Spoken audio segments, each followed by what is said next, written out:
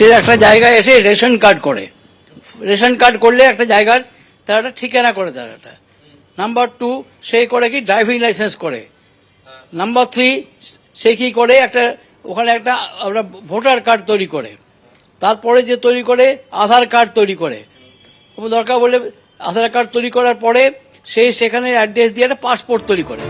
এই জালিয়াতিতে পোস্ট অফিসের স্থায়ী অস্থায়ী কর্মীদের ভূমিকা যেমন নজরে রয়েছে, তার পাশাপাশি তদন্তকারীরা দাবি করছেন যে কি প্রক্রিয়ায় এই পাসপোর্ট বানানো হচ্ছে।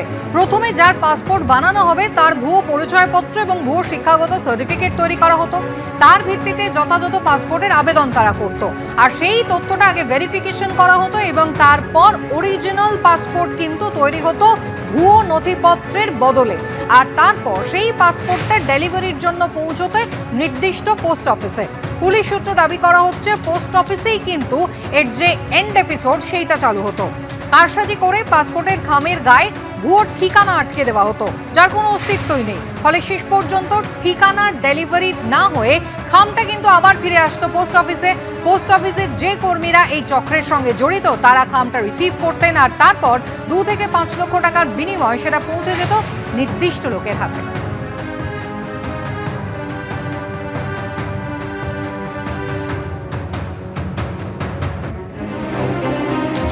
জালিয়াতির চমকপ্রদ তথ্য হলো জালিয়াতরা যে পাসপোর্ট তৈরি করে দিচ্ছে তা একেবারে আসল, কিন্তু যেসব নথির ভিত্তিতে তা তৈরি হচ্ছে সেই সব ভুয়ো।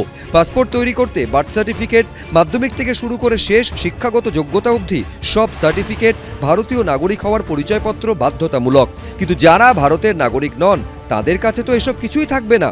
পুলিশ সূত্রে দাবি জালিয়াতরা এই সমস্ত নথি জাল করে বানিয়ে দিচ্ছে, অর্থাৎ ভোটার কার্ড, আধার কার্ড, শিক্ষাগত যোগ্যতার সার্টিফিকেট সব জাল, যা দেখে চোখ কপালে উঠেছে তদন্তকারীদেরও। তাদের প্রশ্ন, এত নিখুঁত জালিয়াতির নেটওয়ার্ক এই জালিয়াতরা তৈরি করলো কি করে? তাহলে কি প্রশাসনের একাংশেরও মদত রয়েছে এতে? ভেরিফিকেশন যখন হচ্ছে সে দায়িত্ব যে ভেরিফাইং অফিসারদের ধরা হচ্ছে না, তো ভেরিফাইং অফিসারদের ধরুক। আমি ইস্যু করেছি, ঠিক আছে, আমাকে রিপোর্টটা কে দিয়েছে, গ্রাউন্ড লেভেলের রিপোর্টটা কে দিয়েছে, তাকে তো ধরতে হবে।